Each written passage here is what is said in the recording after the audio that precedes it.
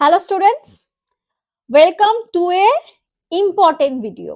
তার কারণ হচ্ছে গত তোমাদের 18ই নভেম্বর যেই নোটিশে জারি হয়েছে WBSSC group C and D এর আপডেটেড সিলেবাস, অর্থাৎ এই যে স্কুল সার্ভিস কমিশনে গ্রুপ সি এবং ডি পদের ফর্ম ফিল আপ অলরেডি চলছে, তার এক্সামের কিছু প্যাটার্ন সিলেবাসের কিন্তু বদল দেখতে পাওয়া গেছে এবং যেখানে কিন্তু নাম্বার ডিভিশন সেটাও আমরা দেখতে পেয়েছি। তো আজকের আমি এই ভিডিওটা সম্পূর্ণভাবে আলোচনা করব তোমাদের যে আপডেটেড সিলেবাসটা তোমরা দেখতে পাচ্ছ, তার মধ্যে অবভিয়াসলি আমি তোমাদের যেই পার্টটা পড়াই কারেন্ট অ্যাফেয়ার্স, তার কিছু বিশেষ বিশেষ টপিক নিয়ে। তো দেখতেই পাচ্ছ West Bengal group C and ডির যে আপডেটেড সিলেবাস সেটা নিয়ে আলোচনা করব। তার আগে তোমাদেরকে সিলেবাসটা আমি কিছু জিনিস শো করিয়ে দিচ্ছি। দেখো, আমি তো আলোচনা করব জেনারেল অ্যাওয়ারনেস, যেটা আগে কারেন্ট অ্যাফেয়ার্স এর 15 নাম্বার ছিল, সেটা কিন্তু আলাদা করে আর নেই। গ্রুপ সি তে কিন্তু অ্যাড হয়েছে জেনারেল অ্যাওয়ারনেস 20 নাম্বার। তার মধ্যে আমি বিশেষ করে তোমাদের যে টপিকগুলো করাতে চলেছি, 5 নাম্বার পয়েন্টে রয়েছে তোমাদের elementary knowledge about the traditional economy, popular culture India, environment awareness এবং কারেন্ট ইকোনমিক অ্যাফেয়ার্স। এই যে টপিকগুলো দেখতে পাচ্ছ, তো এবং তার পাশাপাশি স্পোর্টস, সেই সব বিষয় নিয়ে আলোচনা করব যে কি হতে পারে কি না হতে পারে। আচ্ছা, এইখানেও কিন্তু গ্রুপ ডি তে দেখতে পাচ্ছ, এখানে যে 5 নাম্বার পয়েন্টটা ছিল আমি পরে ডিটেলসে রেখে দিয়েছি। দেখো, এখানে প্রথমেই পয়েন্টটা কি রয়েছে আমি হাইলাইট করে দিলাম। সিলেবাসের মধ্যে রয়েছে elementary knowledge about the traditional and contemporary popular culture of India. দেখো, এক কথায় কিছুই না, সেটা হচ্ছে art and culture of India. Art and culture এই টপিকটা মোদ্দা কথা হচ্ছে সেই তোমাদেরকে একটু ঘাবড়ে দেওয়ার জন্য এত বড় করে লেখা, আর কিছুই না। এর মধ্যে কি কি বিষয় থাকতে পারে?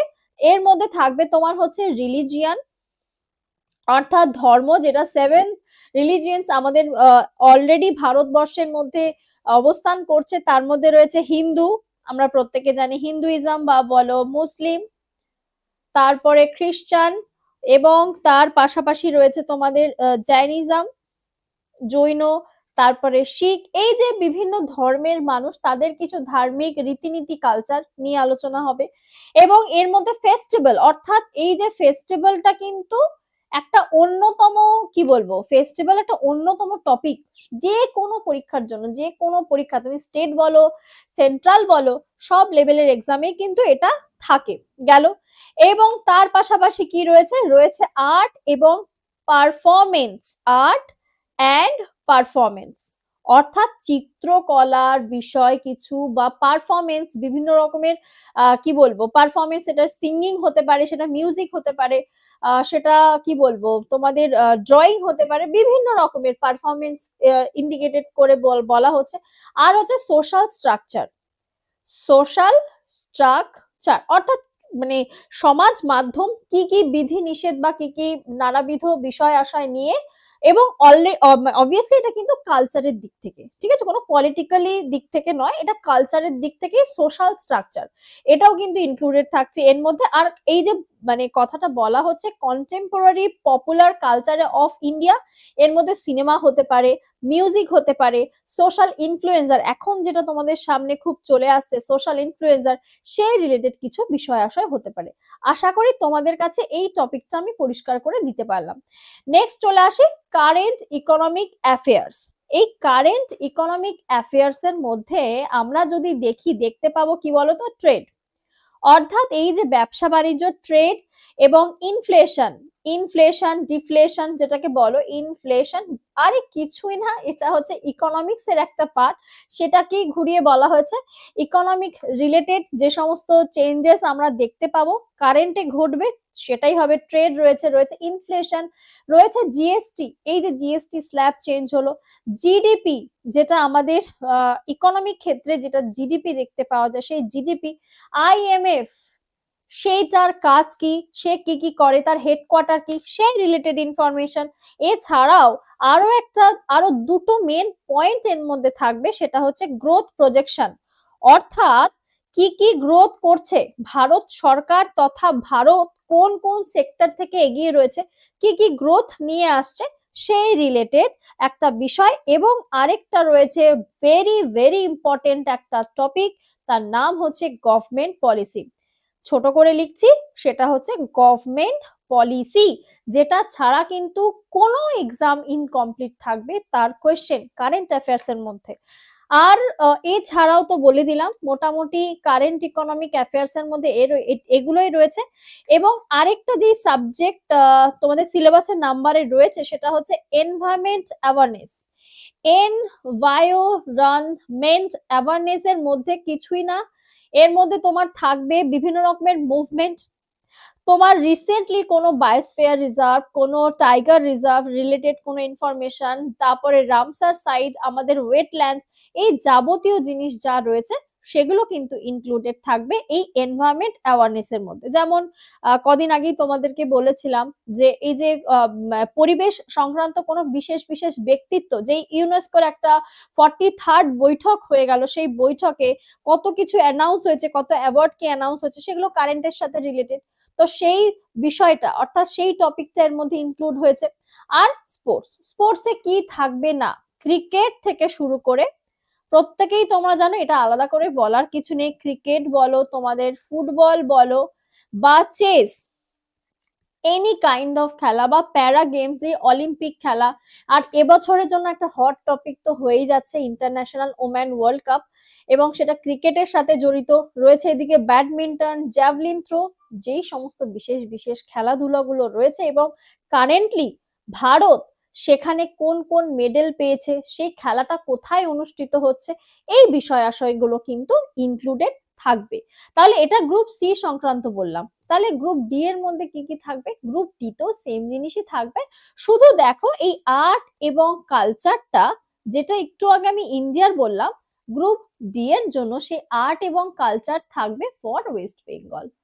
ফর ওয়েস্ট বেঙ্গল আমি অলরেডি এর আগে যারা ক্লাস করেছো তাদেরকে তো করিয়েই দিয়েছিলাম, তারা প্রত্যেকে জানো, এবং এই টপিকটার রিলেটেড আমি ক্লাস করিয়ে দিয়েছি।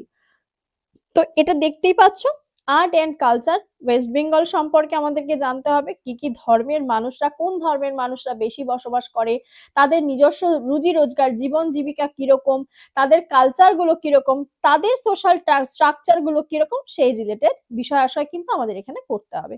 আর এখানে sports recent achievements in the field of sports in India, একটু আগেই যেটা বললাম, এটা আলাদা করে কিছুই নেই, সেই সেম টপিকই রয়েছে, সেই সেম টপিকই কিন্তু তোমাদেরকে পড়তে হবে।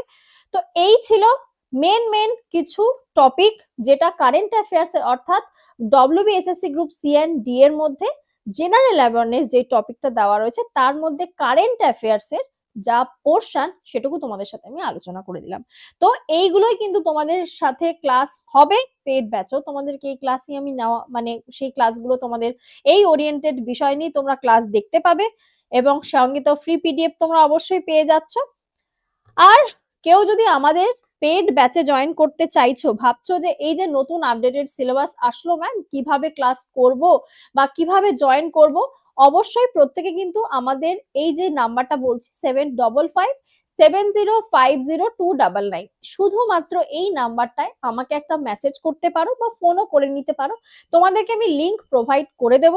আমাদের এই যে সুপার পাস, এই সুপার পাসটা কিন্তু তুমি যদি নিয়ে নাও, কারণ দেখো তুমি এর মধ্যে শুধু এই ডব্লিউবিএসএসসি গ্রুপ সিএনডি ছাড়াও কিন্তু বাকি বহু মানে পরীক্ষার জন্য প্রস্তুতি নেওয়ার ব্যাচ তুমি পেয়ে যাবে। আর সব থেকে বেস্ট পার্ট যেটা আমাদের মক টেস্ট, শুধু পড়লেই তো হবে না, মক টেস্ট ইজ মাস্ট, তো সেটাও কিন্তু পেয়ে যাচ্ছ। আর তোমাদের প্রাইস 3 মাসের জন্য ভ্যালিডিটি হচ্ছে, তোমাদের 3 মাস ভ্যালিডিটি পাবে, তার জন্য প্রাইস পড়বে 369 এবং 1249 পড়বে কিন্তু 1 বছরের ভ্যালিডিটি। কেউ যদি নিতে চাও, বলে দিলাম ফোন নাম্বারটা, কোডও ইউজ করতে পারো, NITI, এটা হচ্ছে কুপন কোড, কেউ চাইলে ইউজ করতে পারো। তো চলো, এটা আমাদের অফিসিয়াল টেলিগ্রাম, কেউ চাইলে জয়েন করে নিও। যদি তোমাদের ভিডিওটা ভালো লেগে থাকে, যদি মনে হয় যে না আমাদের কাজে লাগতে পারে, অবশ্যই ভিডিওটাকে কিন্তু লাইক করতে ভুলো না। চ্যানেলটাকে যারা নতুন দেখছো সাবস্ক্রাইব করে দিও, শেয়ার করে দিও বন্ধুদের মধ্যে, কমেন্ট করে জানিও যে তোমাদের ভিডিওটা কেমন লাগলো। তো চলো, আজকের ভিডিওটা আমি এখানেই শেষ করছি। তোমাদের সাথে অবশ্যই খুব শিগগিরই দেখা হচ্ছে নতুন কোনো ক্লাসে, নতুন কোনো ভাবে। তো সবাই সুস্থভাবে থেকো, সাবধানে থেকো, ভালোভাবে থেকো, আর অবশ্যই সজাগ থেকো। আজকের মতো আমি এখানেই আসছি।